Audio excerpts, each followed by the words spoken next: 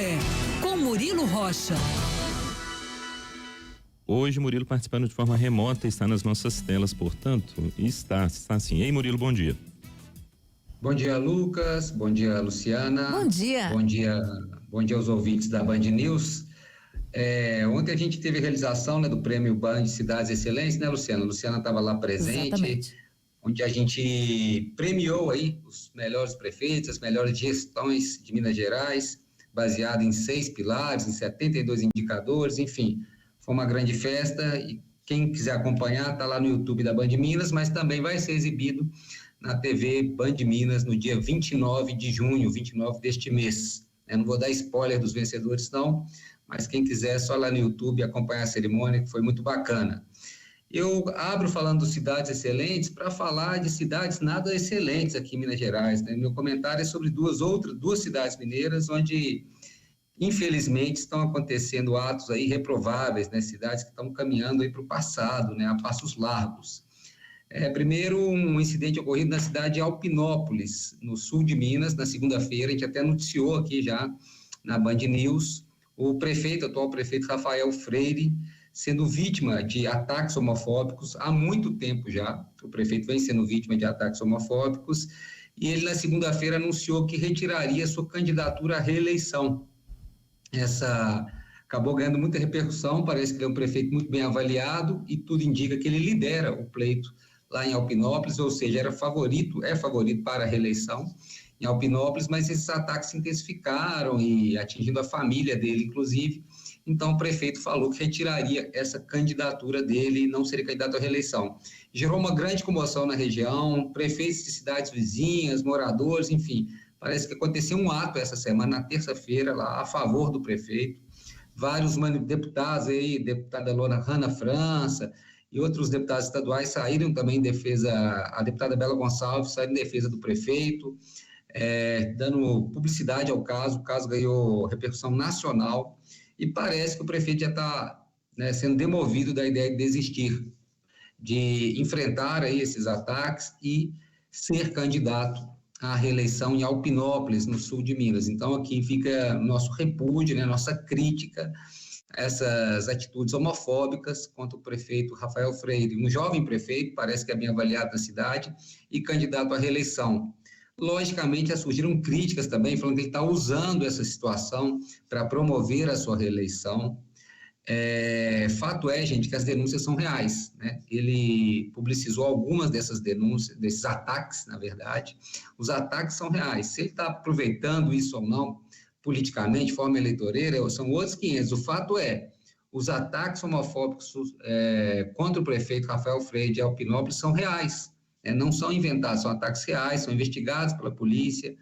Enfim, ele publicizou algum desses ataques, que é lamentável. A gente trouxe esse caso aqui durante a semana, eu fiz questão de trazer nesse comentário também, porque é algo lamentável, É lamentável se um prefeito está sofrendo esse tipo de ataque, você imagina um cidadão comum. Então, assim, que sejam investigados e punidos, condenados, porque homofobia é crime, Então, que sejam investigados e punidos esses responsáveis por esses ataques homofóbicos contra o jovem prefeito lá de Alpinópolis, Rafael Freire, que, se eu não me engano, posso estar falando errado, que é do PSDB, acho que ele é do PSDB, o prefeito, e vítima desses ataques, PSB, isso. Obrigado pela correção, Lucas, PSB, o prefeito vítima desses ataques homofóbicos, lamentável aí, que vem ocorrendo na cidade de Alpinópolis, Tomara que a polícia identifique e sejam responsabilizados criminalmente esses autores desses ataques homofóbicos contra o prefeito Rafael Freire.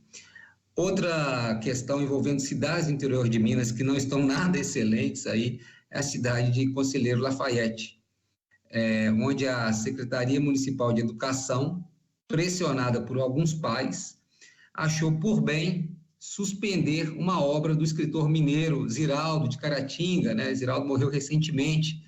O Ziraldo é um orgulho aqui para Minas Gerais, tem uma vasta obra literária voltada para o público infantil, a mais conhecida dessas obras, O Menino Maluquinho, mas a Secretaria Municipal de Conselheiro Lafayette achou por bem dar ouvido a meia dúzia de pais que têm filhos em escolas municipais e suspender a obra O Menino Marrom, que é um livro do Ziraldo de 1986. esse livro do Ziraldo.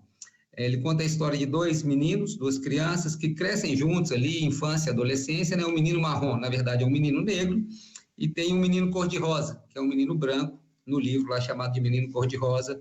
E ele vai contando as aventuras e desventuras desses dois meninos, falando da diferença das cores, e também fala sobre essas questões infantis que o livro do Ziraldo sempre traz, a amizade, a questão da educação, todos esses valores que estão sempre, né, incluídos ali no livro, na literatura do Ziraldo, e que o transformou no que ele é, né?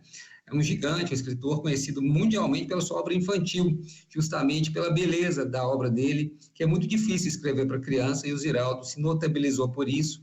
Mas no caso aí de Conselheiro Lafayette, os pais estão reclamando, segundo eles, alguns pontos que foram levados à prefeitura, que o livro tem certa linguagem violenta e tal. Aí você vai ver o que eles estão reclamando, que em certo momento um dos meninos lá, ele vai oferecer uma ajuda para uma senhora atravessar a rua, a senhora recusa, e o menino fala, tomara que essa velha morra atropelada.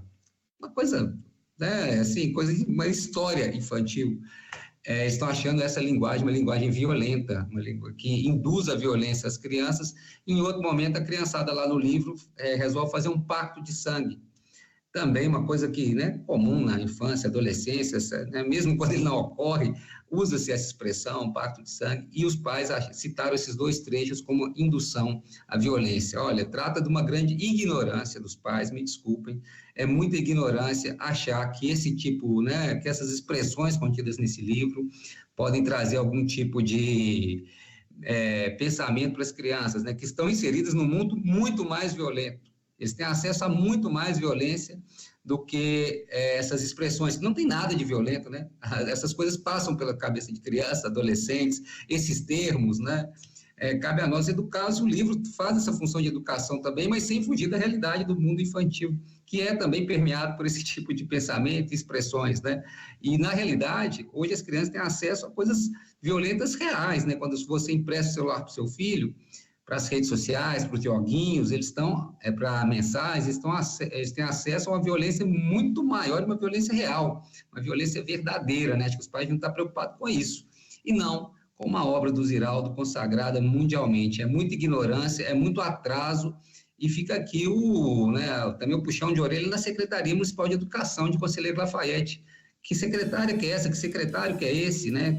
Quem são essas pessoas que seguem uma pressão boba dessa, uma pressão infantil de um grupo de pais e censuram uma obra, né? Suspendem uma obra das escolas municipais, né? Eu acredito que deve ter um corpo pedagógico ligado à Secretaria Municipal de Conselheiro Lafayette, alguém, né?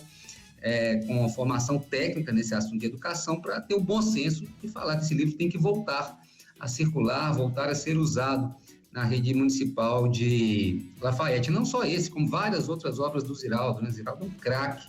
Eu imagino se ele tivesse vivo o desgosto dele de ouvir, de ficar sabendo de uma notícia dessa, né? Que está sendo acusado de estar incitando a violência num livro infantil, que, pelo contrário, né? Ele incita vários outros valores positivos nas crianças, como educação, amizade, curiosidade, né? A vida de criança, né, e adolescente, que é muito bem retratada pela obra do Ziraldo. Então, essas duas cidades aí está na hora de rever, né, os conceitos, e cabe ao poder público não retroceder. Digo isso até para o prefeito, sei que lá de Alpinópolis, que foi o primeiro tema aqui, eu sei que é difícil, mas eu acho que o prefeito não deveria retroceder, né, uma forma dele lutar, né, de continuar na luta. Sei que não é fácil falar, ele está sendo vítima dos ataques. Então, é muito difícil imaginar a pressão, mas eu acho que ele não devia retroceder, devia seguir em frente e, caso a população queira, né, ser reeleito lá na cidade de Alpinópolis. E no caso da Secretaria Municipal de Conselheiro Lafayette, a mesma coisa. Não tem que dar ouvido para meia dúzia de pais que não entendem, que, me desculpem, mas são ignorantes, né, ao ver problema, né, nessas expressões no livro. Me parece aí que tem outra coisa, provavelmente deve ter outro fundo, e não tornado público para essa queixa dos pais em relação ao livro Menino Marrom. Como eu disse, fala da amizade de duas crianças, uma criança negra e uma criança branca, né? Eu suspeito que possa ter algo por trás, porque essas explicações, essas expressões que foram citadas como expressões violentas, a gente sabe que não são, né? Que são coisas simples e fazem parte do universo infantil.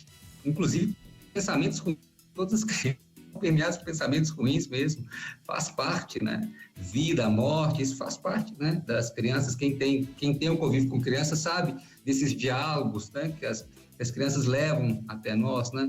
Sobre morte, sobre violência, e cabe a nós, né? Educá-los, introduzi-los nesse mundo, né? E não censurar obras. Uma obra, como eu disse, uma obra de um escritor mundialmente conhecido pelo seu traço e pelo seu texto voltado para a formação de crianças, formação saudável, inteligente, perspicaz, né? Essa é a marca do Ziraldo e da sua obra. Então, fica aqui, vamos ficar atentos a essas duas cidades, Alpinópolis e também Conselheiro Lafayette, que é aqui pertinho de Belo Horizonte, para a gente ver o desenrolar dessas duas histórias nada excelentes aí, duas histórias que a gente lamenta, repudia, e vamos continuar de forma jornalística acompanhando esses dois casos. É isso, Lucas, Luciana. Essa deturpação, né, de conteúdo feito para as crianças, essa releitura que se faz é muito ruim. A gente falando do Ziraldo agora, e em outro contexto também, né, a releitura, né, ressignificação das obras de Monteiro Lobato também, né, por motivos absolutamente descontextualizados, né, terríveis também, né, pensar em apagar ou diminuir a obra de gigantes, né, muitas vezes, no caso do Ziraldo, né, como foi o Monteiro Lobato também.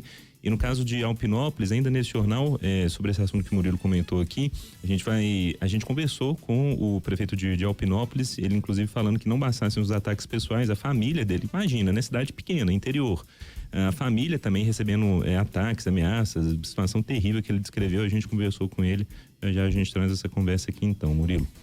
Ô Lucas, só uma ressalva importante, você falou a questão do Monteiro Lobato, que aí envolve outra discussão, isso, mas eu acho que é importante, assim, e eu acho que não se trata de censurar livros, trata de contextualizar a criança, no caso, por exemplo, do Monteiro Lobato, que é acusado de racismo.